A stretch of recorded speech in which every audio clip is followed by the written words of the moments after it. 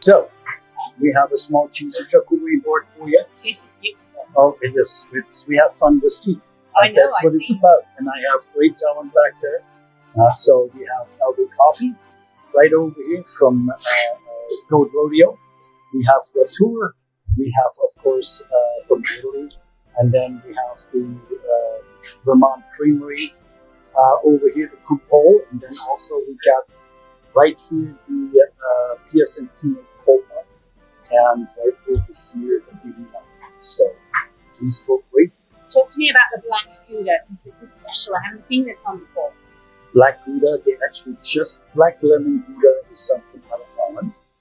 And what's kind of unique on that is it almost tastes like this when you actually eat limoncello. So it has, in the old days, it had active charcoal in it. Now they're using a vegetable ash for the American market to give it the color. It's one of my favorite ones. It's different. It is unique. It makes a beautiful, great melting characteristics. It's just something unique and different. And licorice. Yeah, that's why I said that's where you have a hint of lemon, you have the licorice, and that's why I call it lemon jelly. It's just a fun cheese to have, to taste. It's something different and not always seen on a cheese charcuterie. So they're doing a really nice job with it. I liked the old label a little bit better. They just switched labels to a newer, more modern label. But the old label was more fun. A lot more memories on it. But the walnuts are candied with maple syrup. Oh, you make those here? We make those here, yes. Absolutely. I've seen these on your stream, and all I see is hands on your Instagram stream. So I know everybody's hands. Yes. But all you like packing these boxes to go out to people, and I'm sitting there in my tiny little, looking in this box and thinking, what is that? Tell us what you've got. What are you doing? Give us the play-by-play. Wow, that's something that we were just talking about. Caroline over here is our cheesemonger. So she's going to narrate some more. Janelle's actually going to start doing this. While they're doing the picture, they're actually going to start talking about it, of what they're doing, what they're using, how it's made, or where it's made. I think it's more and more important. The stories, yeah, people are interested in the stories. In the stories behind it, exactly. Mm-hmm. I mean, I could be uncooked and just pick it up and start gnawing on it, but it's probably frowned upon. Oh, that's okay. Over here, you got the Vivanese breadsticks. They're produced in Italy by Vivanese. And it's the same thing. It's talking about fermentation. It's fermented for 24 hours. And then a wonderful group of young ladies or women are making these on a daily basis. And it's a fantastic product. And it's all small producers. And this is the Latour. That's the Latour. And I kept you talking, so it's been out for quite a while. Yes, it is. It's nice. It's beautiful, just tempered. I mean, in Europe, we eat the cheeses when they're just perfect. Right now, you see right here, you have the cream line. The center is still firm, but you have the cream line, and that's what we like. If the cheese has to, we call it runaway. That's phenomenal. It's fantastic. I mean, the flavor, the aroma. We paired that with some honeycomb, of course. And the Gio is just very nice and tasty cheese. One of my, well, again, I say favorites. How many favorites can a person have, Not enough. I told you before, there's only 3 cheeses that I really didn't care for that much. One of them was a camel cheese, another one was a donkey cheese. See, the donkey cheese, I've heard tell, is the most expensive cheese on the planet per kilo. Doesn't necessarily mean it's good. It can be expensive, but I mean, is it really good or not? Isn't that good? Like, for example, the Latour. Okay, I mean, when you look at it, it's not even, it's just now getting to the point where it's actually right. Okay, and that makes a difference. And it's a shame that people don't want to understand that there's a use by, that means you have to use it by or a best before. Yeah. And that makes a big difference. cheese. In my refrigerator at home, personally, where I see how long is this cheese good, how long can I eat it, and it all depends on how you treat the cheese. What temperature do you have this cheese for? Now keep it at. I mean, there's so many factors that cheese should have a 10 to 12 week shelf life if it's kept properly.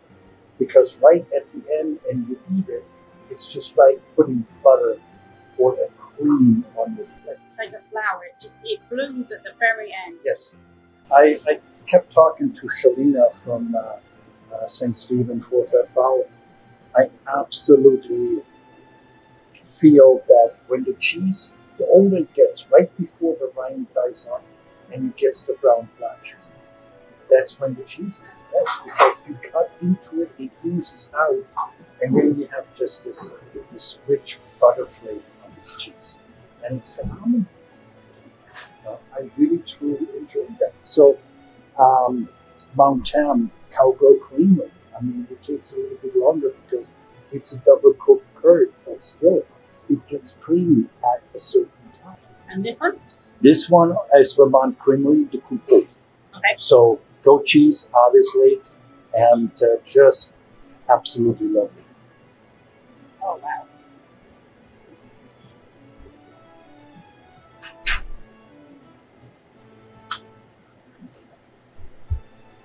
Slight goat tang. You've got a little lipase. I mean, I keep goats, so I can always spot the goat. Yeah. But Vermont Creamery are just on fire right now. It's so good there. They're doing so well up there. They have some incredible cheeses that they're bringing out, and I just love it. I mean, it's a fantastic cheese, and you can eat that all year round. Okay. I prefer the summer production over the winter production or fall production because you can taste the floral, the notes, the grass. The same as when you have Comté, okay, or Beaufort. I prefer early spring to summer versus, of course, winter. But it's very enjoyable. So, The coffee on this is amazing. isn't it? Produced by Gold Rodeo. They just won awards with it. It's a fantastic cheese. I found it last year at the cheese conference, and I was specifically actually looking for them because I had prior read and talked to a friend of mine and read a small article about them, and I just loved the idea of small production. Okay, and that's the whole idea behind it, is getting these small producers to come forward and show their products. Yeah, that's exceptional. I enjoy this very much. Just the notes that you get on that. And then you have the coffee. Really. And it's so subtle as well. Normally, I find coffee to be quite bitter. I'm a tea drinker. So normally coffee is like, sometimes it's a little on the tooth for me, but this is amazing. There's no bitterness at all. The first one that actually did it was actually Beehive. Okay, it was the coffee lavender on the Berry Bust. And it still is today a phenomenal cheese. You pair that with some Serrano ham and put it on a sandwich and melt that on top of it. It's fantastic. Okay, and then you have a nice ale with that. Oh my God, it's beautiful. Okay, a fantastic cheese. But I mean, it goes from a plate to a sandwich to it's endless. Now And put it on a burger. Yeah, Put it on a burger. Okay, this one it has also really nice melting characteristics. It makes a fun mac and cheese, even with the coffee. So it's endless. So, I think when it ages, a lot of times, especially on the cheddars, it really brings the flavors out of the milk, of the maker, and I mean of the cheese itself, and the flavor goes more towards the center. So yes, you have the coffee on the outside, but you get that whole coffee flavor on the inside. that's what makes it really interesting. And it's just a fun cheese to eat. Dances on the taste buds. It doesn't just like hit you all at once. It just kind of hinting. It just lingers around for a while. Yeah, that's the fun part. Mm.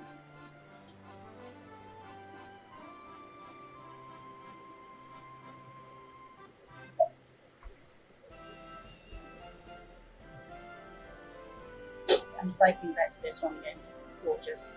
This honeycomb is fantastic. We found a small producer, and this one is California wildflower. Absolutely love it. Beautiful.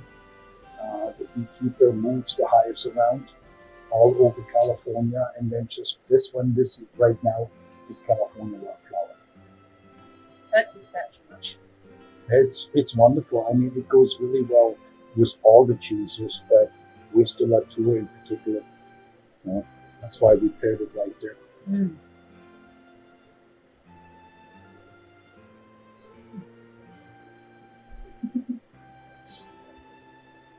Difficult to think. That's amazing. Thank you so much for sharing all of this lovely teas and your story. I think everybody should follow you on Instagram because it's like a weekly window into education about charcuterie. You know, you automatically know this goes really well with this. And that's the thing that's so difficult in the industry. That's the thing that's hidden. That's the knowledge that's gatekept. You know, you have your cheese people, you have your meat people, you have the fruit people. But someone that can play them all like an orchestra, that I think is what you bring. It's really, it comes down to this. It's basically trial and error. Okay, what goes well, what doesn't go well. And the more you try cheese, the more you, really, when you go through history of food, food was used for, take Japanese eggplant with that nice purple rind. 5,000 years ago in Japan, it was actually a status symbol. Women would color their teeth, and the more purple the teeth were, the higher you were in the status symbol. Okay, so it's fun when you think about whoever came up with how cheese was found. Okay, I read a book not too long ago where they found cheese making equipment in Egypt. Yes. And they found honey in Egypt that was 2,000 years old. It's fun when you think about that somebody came up with the idea of doing this, and he lived to make it better. That's how it's about. And then the black teethy grin afterwards. Not ashamed. It's really good. It's just a fun cheese. We have chefs come in or even customers, and they're saying, "Black cheese, what is this?" Okay, well, just let them try. Just let them try. That's the fun part. So we have the team over here at the shop. We have over here, of course, Janelle, right in the middle. And next to it, we have Alana. So manager, assistant manager, and Caroline, our chief. Okay, and these are the people that I'm over here just visiting. It's these young ladies who make this shop and took my philosophy of come as a stranger, leave as a friend, and they're just really doing this. This shop is basically their shop. Okay. So show us your hands, everyone, so we know who you are on next week's live. You're the one right here. Yeah, she's the one with the tattoos. Jessa has the tattoos. Jessa has the one with the tattoos. Okay. So I'm really proud of my team, and I'm very fortunate that each and every one is working. And then, of course, in the background, Brian over here too. He's a big part of this because he keeps us going with Instagram and videos and internet and all that. So I'm very fortunate. If you have questions, email us and we're more than happy to answer any questions. It's food and it needs to be shared. What better to share with people than food? So it goes right to your heart and to your belly.